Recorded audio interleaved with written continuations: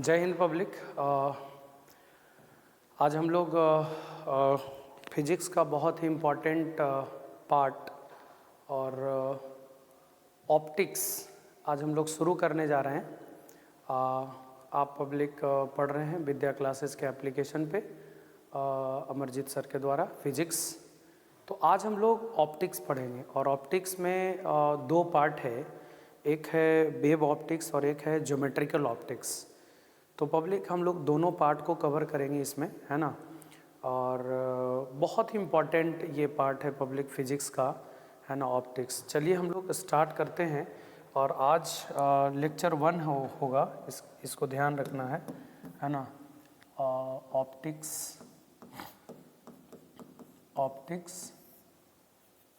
और ऑप्टिक्स में दो पार्ट है, एक है वेव ऑप्टिक्स और एक है ज्योमेट्रिकल ऑप्टिक्स। हम लोग बात कर रहे हैं ज्योमेट्रिकल ऑप्टिक्स की बात कर रहे हैं पब्लिक, ठीक है ना।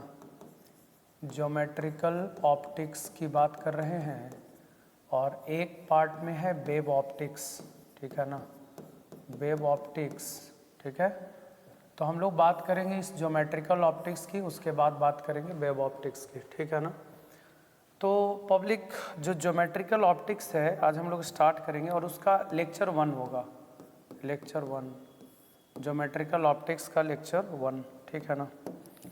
आइए हम लोग डिस्कशन स्टार्ट करते हैं पब्लिक, ठीक है ना।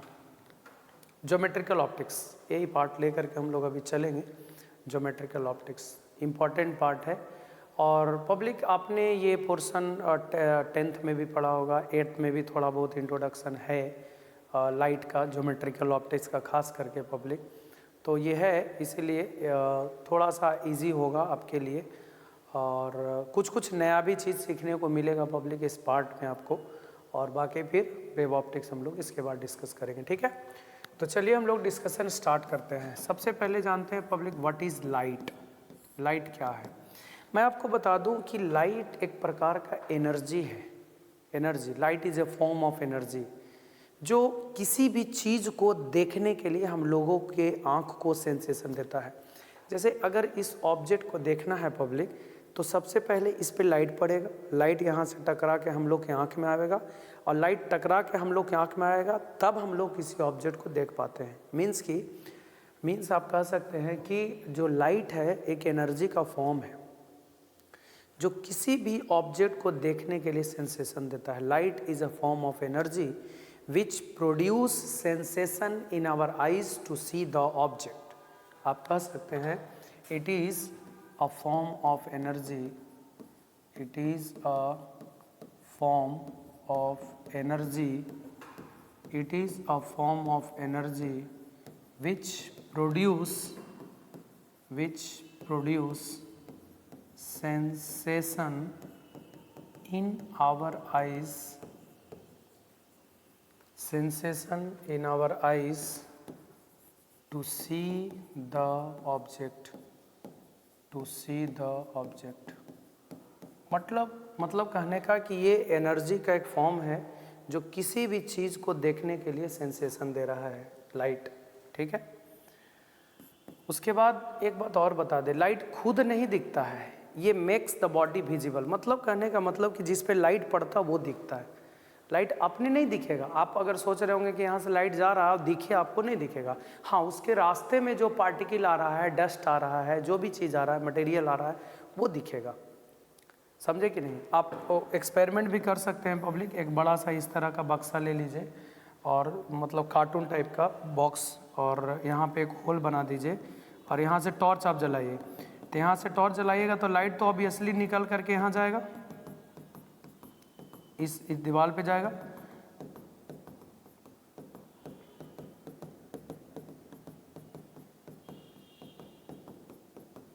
ठीक है, दीवार पर जाएगा, लाइट यहाँ से फोकस करेंगे तो वहाँ पर जाएगा ना। और यहाँ पर जब जाएगा तो लाइट पड़ेगा तो इस रास्ते से तो हो ही के जा रहा होगा होल से। आप होल में इसे हुला करके देखिएगा तो आपको लाइट नहीं दिखेगा, जबकि आप हाथवा डालिएगा ना तो हाथवा पर लाइट आ जाएगा। मेरी बात समझ में आ रही होगी? मतलब लाइट यहाँ से निकल के जा रहा होगा, आप देखे भी सामने से, लेकिन दिखेगा नहीं वो। हाँ, उसके रास्ते में जो ऑब्जेक्ट आ जाएगा वो दिखेगा। मतलब कहने का कि light itself is invisible, light खुद इनविजिबल है but makes the body visible, मतलब लाइट खुद नहीं दिखता है लेकिन बॉडी को विजिबल बनाता है जो उसके रास्ते में आ जाए। मतलब light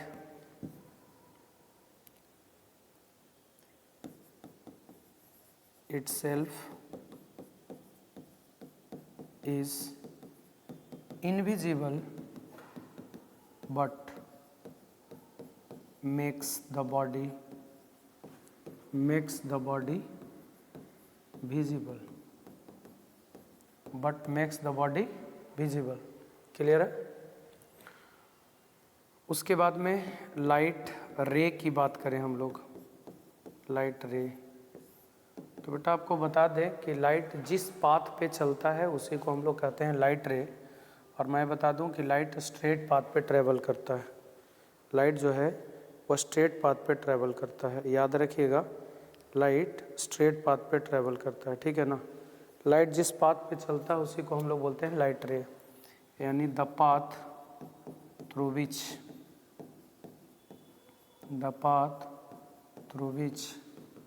light travels is called light ray, light जिस पाथ पर ट्रैवल करता है उसी को कहते हैं लाइट रे। The path through which light travels is called light रे। It travels on the straight path,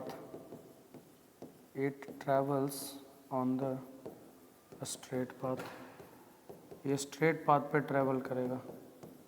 आप इसको भी आप देख सकते हैं, लाइट स्ट्रेट पाथ पे ट्रैवल कैसे करता है, देखिए स्ट्रेट पाथ पे स्ट्रेट पाथ पे ट्रैवल करता है, ठीक है ना। आप स्ट्रेट पाथ पे आप इसको देख सकते हैं पब्लिक कैसे स्ट्रेट पाथ पे ट्रैवल करता है। जैसे आप एक पाइप लीजिए इस टाइप का और एक यहाँ पे आप कैंडल बनाइए, ठीक है ना। और यहाँ से आप देखिए आँख लगा के, ठीक है ना।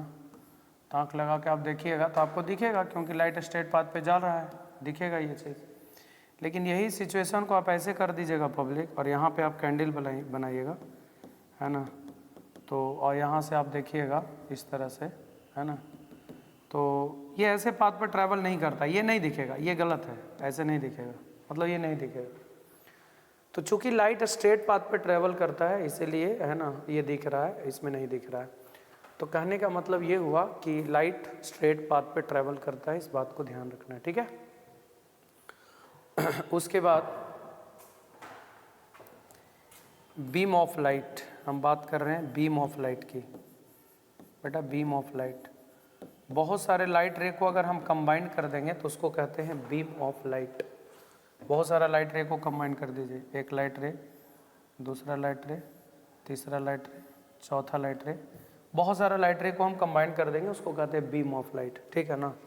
और combination of light rays is called beam of light,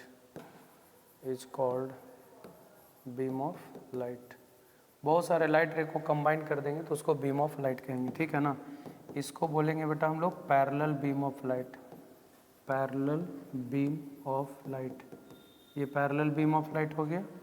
यहाँ से एक जगह से निकल रहा होगा तो इसको बोलेंगे डाइवर्जिंग बीम, मतलब डाइवर्ज कर रहा है, फैल रहा है। और इसको हम लोग बोलेंगे कॉन्वर्जिंग बीम,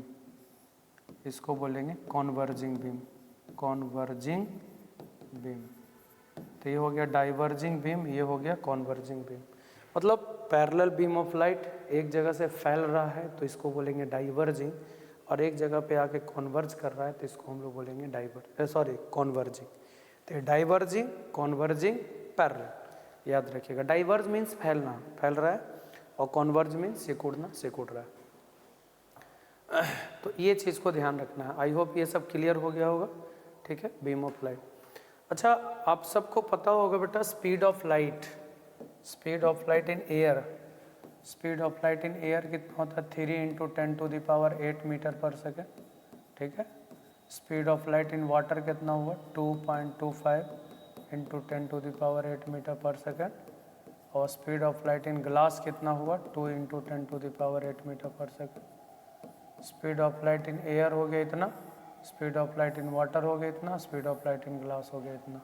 ठीक है, एयर में 3 × 10⁸, वाटर में 2.25 10⁸ और ग्लास में 2 × 10⁸ मीटर पर सेकेंड। ठीक है, एयर में, वाटर में, ग्लास में। ठीक है ना, ये स्पीड आप लोग ध्यान रखिएगा, एयर में या वैक्यूम में करीब करीब बराबर होता है, थोड़ा सा कम होता है एयर में, है ना। वैक्यूम में 2 मतलब दोनों करीब करीब आसपास बराबर लिखते हैं हम लोग, और लिखते हैं 3 × 10⁸। आप इसको C से भी डिनोट कर सकते हैं, C से याद रखिएगा, यूज़ करेंगे भी।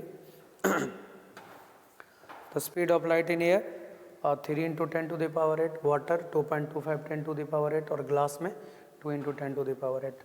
आप सबको पता होगा बेटा ट्रांसपेरेंट मीडियम किसको कहते हैं, ट्रांसपेरेंट मीडियम। तो ट्रांसपेरेंट मीडियम मतलब हुआ जिस मीडियम में लाइट जिस मीडियम में लाइट आर पार कर जाए, मतलब क्रॉस कर जाए, पार कर जाए, जिस मीडियम से होकर के लाइट पास करे, उसी को हम लोग बोलते हैं ट्रांसपेरेंट मीडियम, है ना। पढ़े होंगे the medium through which light can pass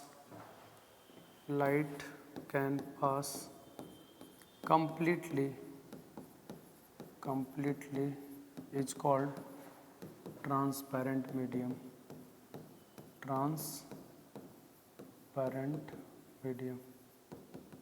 मतलब the medium through which light can pass completely. जैसे आप बात करें ग्लास की, ग्लास से भी लाइट पास कर जाता है। ठीक है, ग्लास की बात करें, फिर उसके बाद में आप बात करें प्योर वाटर भी ट्रांसपेरेंट मीडियम है, एयर हो गया, etc, ये सब आपका ट्रांसपेरेंट मीडियम हो गया। ठीक है ना, पहला। दूसरा हो गया translucent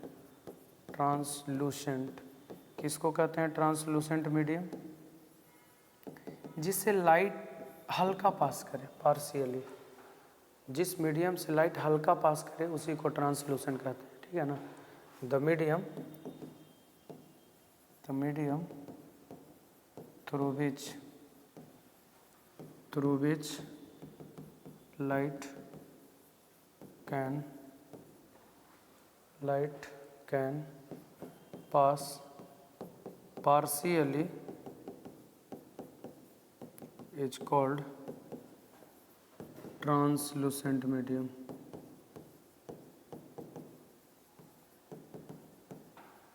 the medium through which light can pass partially, है ना, जिस मीडियम से लाइट पार्शियली पास कर जाए उस मीडियम को हम लोग क्या कहते हैं, ट्रांसलूसेंट, मतलब हल्का पास करे। जैसे कि आप बोल सकते हैं ग्राउंडेड ग्लास की बात करें, ग्राउंडेड ग्लास मतलब घिसा हुआ शीशा। ठीक है ना, उसके बाद हम लोग करें ऑयली पेपर, मतलब तेल लगा हुआ पेपर, etc, ये सब के सब आपका कैसा मीडियम है, और ट्रांसलूसेंट। एक और होता है ओपेक मीडियम। हम बात कर रहे हैं पब्लिक ओपेक मीडियम की। तीसरा ओपेक मीडियम की बात कर रहे हैं, और ओपेक मीडियम जिससे लाइट ही पास ना करे, मतलब जो अपने से होकर के लाइट को पास होने ना दे। द मीडियम, है ना, the medium through which light can not pass, जिस मीडियम से लाइट पास ना करे इज कॉल्ड, उसको हम लोग ओपेक मीडियम कहते हैं, इज कॉल्ड ओपेक मीडियम कहते हैं। जिस मीडियम से लाइट पास ना करे उसको हम लोग क्या कहते हैं, ओपेक मीडियम। ठीक है ना,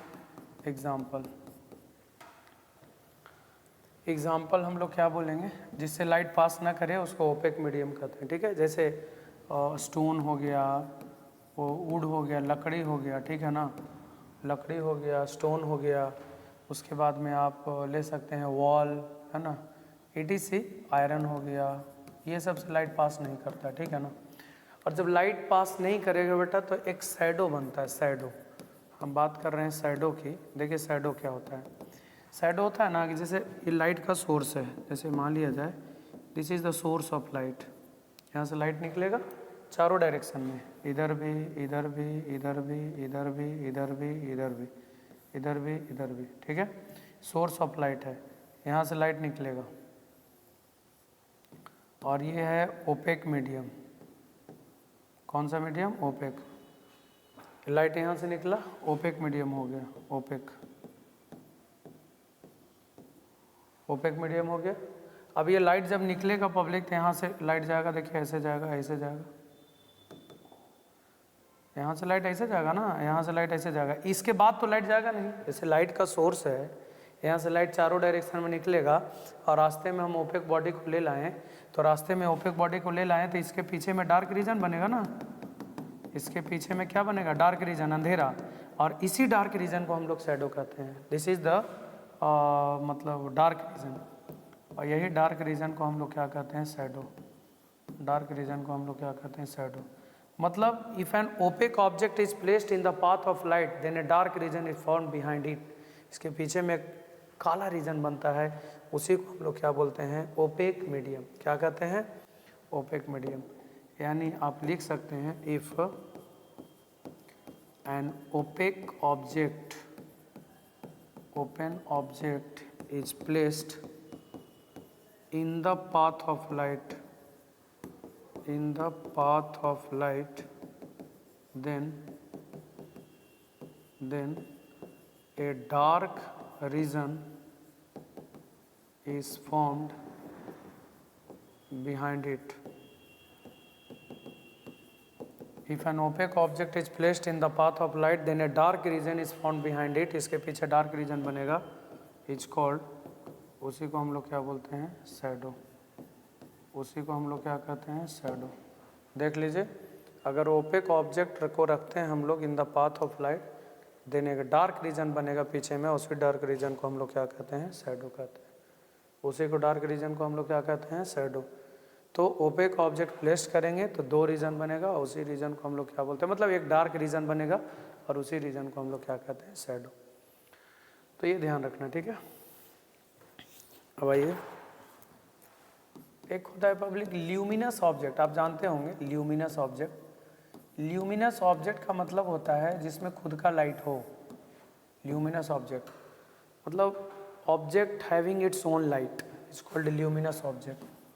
object having its own light, having its own light, अपना लाइट हो, इट्स कॉल्ड, उसी को हम लोग ल्यूमिनस ऑब्जेक्ट कहते हैं, ठीक है ना। Luminous object, an object having its own light is called luminous object. Object having its own light is called luminous object. जैसे मान लिया जाए बल्ब, बल्ब जलेगा तो उसका खुद का लाइट होता है ना। बल्ब हो गया, मरकरी हो गया, ठीक है ना, फिर हो गया आपका सन हो गया, लैंप हो गया, etc, कैंडल हो गया, ये सब जो है इसमें खुद का लाइट होता है तो उसको ल्यूमिनस कहेंगे। एक और होता है non luminous. Public non luminous object किसको कहते हैं? नॉन ल्यूमिनस ऑब्जेक्ट इसमें खुद का लाइट नहीं हो, जो दूसरे के लाइट से चमके। जैसे ये चमक रहा है, दिख रहा है, तो दूसरे की लाइट से, यहाँ पे लाइट आके पड़ा, यहाँ से रिफ्लेक्शन हम लोग के आँख में आया, तब देख पाते हैं। तो ये मतलब बेसिकली क्या हो रहा है? नॉन ल्यूमिनस ऑब्जेक्ट मतलब जिसमें खुद का लाइट नहीं हो, है ना। an object having does not have its own light.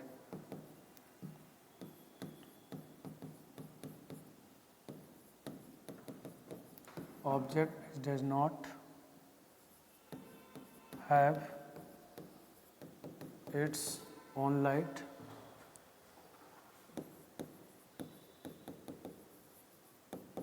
is called non-luminous object.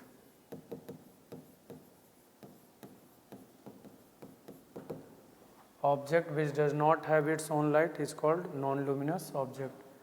Example, object which does not have its own light is called non-luminous object, ठीक है। non-luminous object उसको हम लोग कहते हैं, ठीक है ना। जैसे मान लीजिए पेन हो गया, बुक हो गया, चेयर हो गया, एटसेट्रा, ये सब नॉन लुमिनस ऑब्जेक्ट है। तो ये सब बेसिक बातें थी पब्लिक, और आई होप ये सब जानते होंगे आप। जो भी छोटा छोटा चीज़ हमने बताया ये सब सिंपल चीज़ है, ठीक है ना, ये सब जानते भी होंगे। आगे हम लोग बढ़ रहे हैं। Main cheese reflection of light. Reflection of light की हम लोग बात करें तो बेटा रिफ्लेक्शन ऑफ लाइट क्या होता है, व्हाट इज रिफ्लेक्शन। देखिए ये जो वर्ड है ना रिफ्लेक्शन, इस वर्ड का मतलब होता है लाइट का किसी सरफेस से टकरा करके वापिस आना। मतलब लाइट अगर किसी सरफेस से टकरा करके वापिस आ रहा है, इस फिनोमेना को हम लोग कहते हैं रिफ्लेक्शन ऑफ लाइट। इस फिनोमेना को हम लोग बोलते हैं रिफ्लेक्शन ऑफ लाइट, यानी the phenomena of returning back of light through any surface is called reflection of light, ठीक है ना। The phenomena of returning back of light through any surface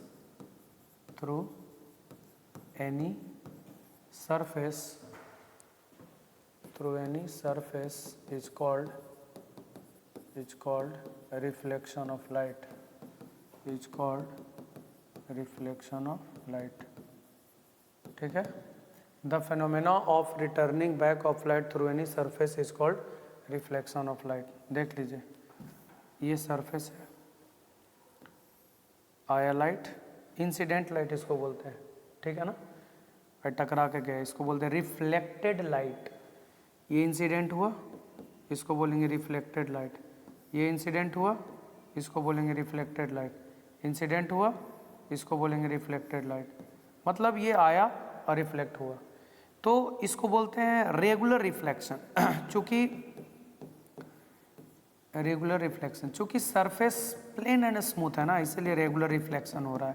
लेकिन पब्लिक अगर मान लिया जाए सरफेस इरेगुलर हो, इरेगुलर मतलब जैसा तैसा अगर सरफेस हो तो इरेगुलर रिफ्लेक्शन होता, आया लौट के चला गया, नहीं आया लौट के चला गया, आया लौट के चला गया, आया लौट के चला गया, नहीं समझे, तो इसको कहते हैं irregular reflection.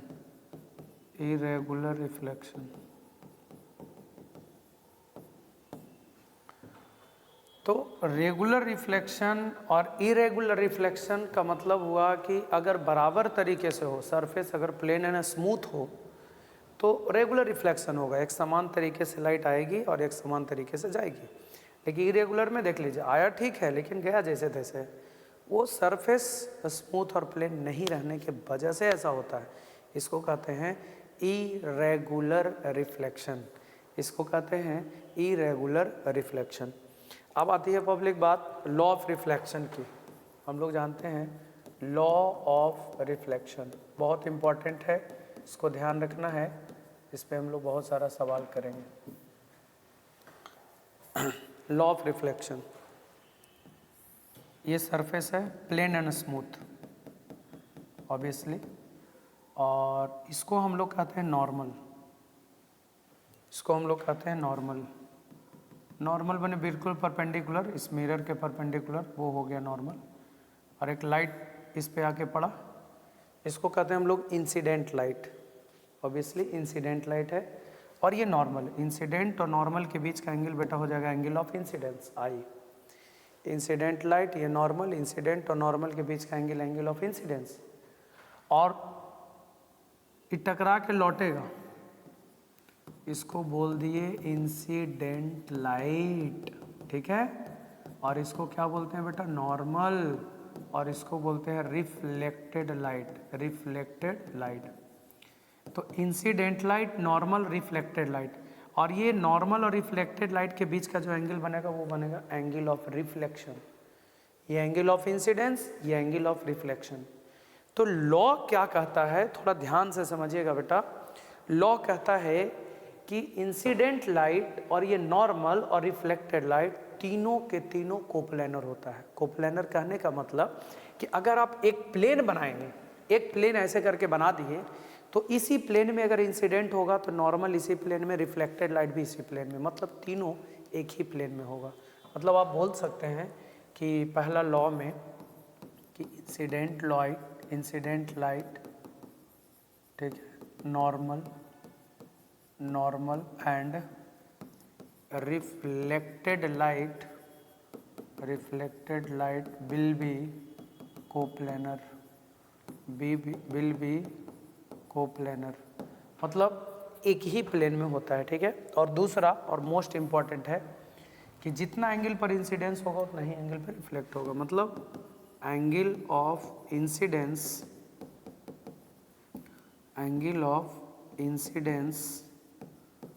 is equal to angle of reflection,